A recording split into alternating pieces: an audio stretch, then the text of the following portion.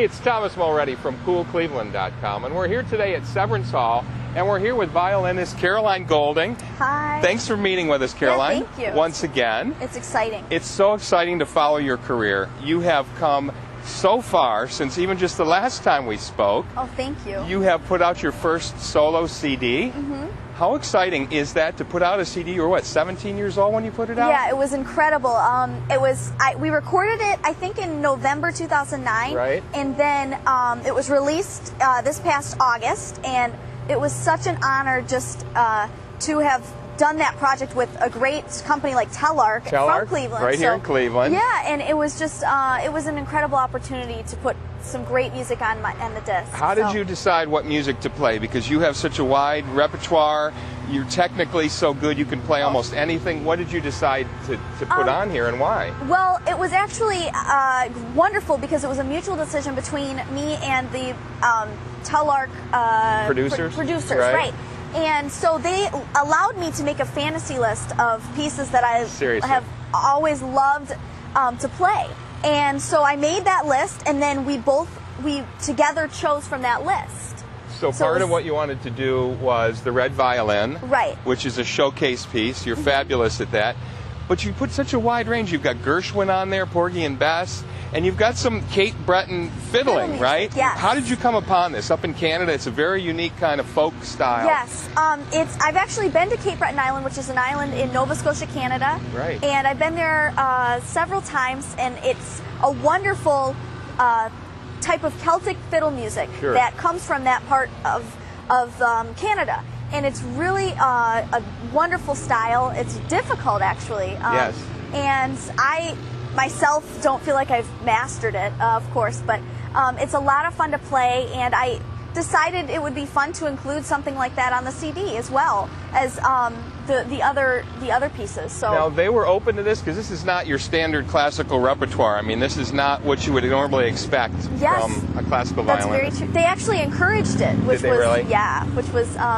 They thought it would get some airplay, maybe become a radio hit or something? Yes, I think so, maybe. I don't know. How's the CD doing? Congratulations, it was nominated for a Grammy Award? Yeah, it was such an honor. It was such a surreal experience to receive that phone call about the Grammy nomination for the CD. It was just, really exciting. So. And then you couldn't go to the awards because you had a concert, is that what it was? Uh-huh. But, I'm glad that I fulfilled my obligation. It was actually with the Buffalo Philharmonic. That's right. Playing Mozart 5, and that was a really fun concert, so I'm glad I did it. So the CD was in the top 15. I mean, you did very well. It's still selling really well. Knock on wood. It was. I just still am. I'm just very grateful, I guess. What did you learn from that process of putting that CD together? I learned so much, actually. I was very nervous at first because I hadn't ever done this before. It was my debut album, and being in a studio. Yeah, exactly. Multiple takes and mistakes, and trying to keep that feel and that freshness. And that's it. That's exactly it. Trying to keep that freshness. But the producer of the album, Tom Moore, and the engineers, all of them were so amazing with keeping it fresh and keeping. And they were. It was just a wonderful atmosphere to work in too. It was gorgeous. We recorded in a hall in upstate New York, and it was just wonderful. So I learned that I really like recording just as much as performing. So live, it's a different thing, but I love it. So you had some success at the Aspen Music Festival when you were 13, and just last year the Young Concert Artists auditions. Yes. You came in first. What did that mean for your career? Because don't they set you up then with some concerts and touring? Yes, that was another huge honor that came in November, and I auditioned for this Young Concert Artist Management, which is kind of a precursor to the bigger management companies. They're wonderful. They kind of nurture your career for the next. It's a 3-year contract. Optional, it's optional 3 year. Right. And it's a wonderful company. I've been having a great time so far with them, and it's been an honor it's now an honor to be a part of that roster.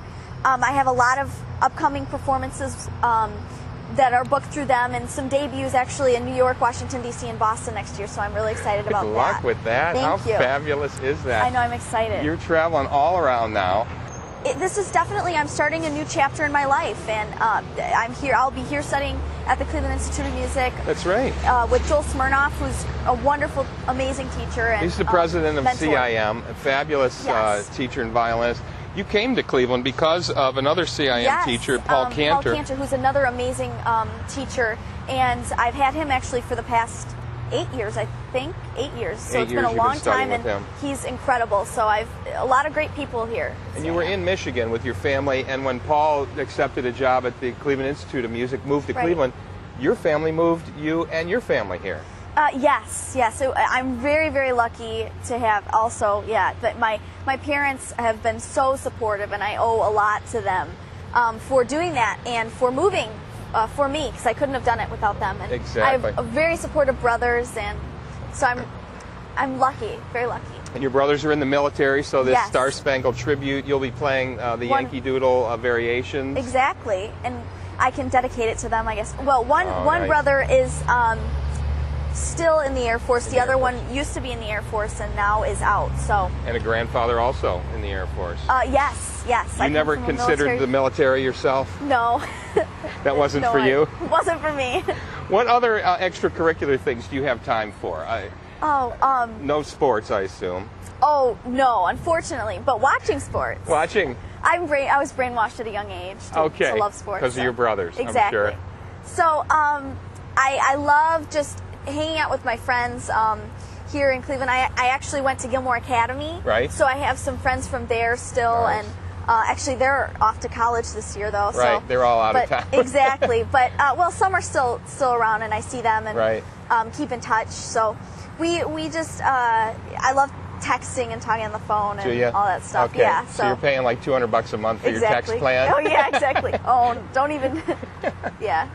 What else is on your iPod? I have to ask because, obviously I'm sure, are you getting into any new classical music, some new things that you've discovered that you're really excited about? I love the music. Well, actually, I included some works by Schoenfeld on my disc, but I love his music. Right. He actually just sent me a new sonata that he wrote for violin and piano last year, which is supposed to be really great. I heard the recording of it, and it's great. He sent me a recording of it. So I'm going to look at that. I love John Corigliano.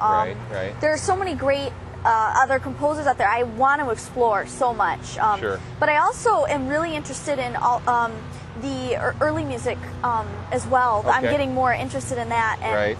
So and jazz someday. So I want to do so many different things, and so I have a lot to look forward to. When you're not thinking about playing your violin, though, you're also listening to popular music. Oh, you're yes. listening to what kind of stuff are you? Well, I love Jason Mraz, Okay. Jack Johnson. Right. Who else? Oh, John Mayer. I like John Mayer. Okay. Just because these guys are all good looking, or is No, it? they sound good. No, I actually like some Taylor Swift. Oh, okay. And the Rascal Flatts. I like them. Okay. Pretty wide range. Yeah, Into country and pop. And I like jazz. Oh, but I love Frank Sinatra and Ella Really? Fitzgerald. Okay. Of course I go back to them. And Miles Davis and John Coltrane. Do you ever just pull out your fiddle and play along to music?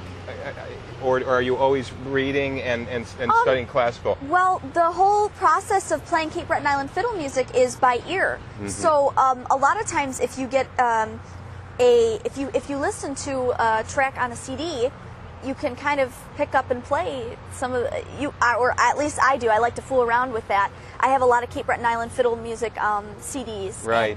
By So you Natalie do it by ear. McMaster and great. Yeah, and I just have It's fun not and written do it. down really, so No. you have to figure exactly. it out. So if you figure it out, Right. which is fun. You got plans for your second CD? Any music you're listening to now that you think might make it on? Or Well, I am definitely listening to a lot of different music, but we'll see. We'll hold it. It all depends on. I guess I'll make another fantasy list maybe, and then Exactly. we'll take it from there. So. Well, listen, your career so far has been a fantasy. It's so good to see you again after a few Thank years. you. We're going Nice to to stay see in you, touch. too. We're so thrilled that you're going to be up in front of all these people in Cleveland this I'm week. excited. So. I'm very pleased It's to an see you honor. again. Thank you so much for meeting Caroline. Thank you. We'll see you soon. See you soon. It's Thomas Mulready from CoolCleveland.com. Have a great week in cool Cleveland.